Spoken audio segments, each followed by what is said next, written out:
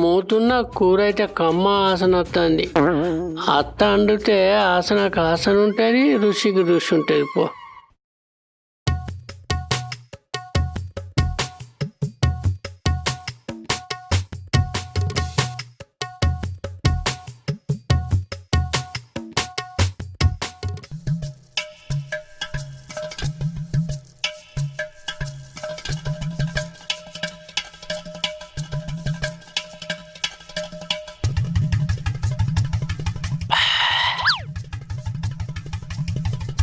సత్య మామ, బొమ్మాయ మామ, మీరు తిందామనుకున్న కూర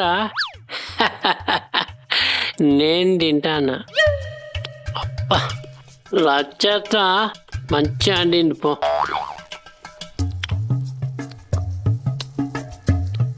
గిరి రాయ బాగున్నది.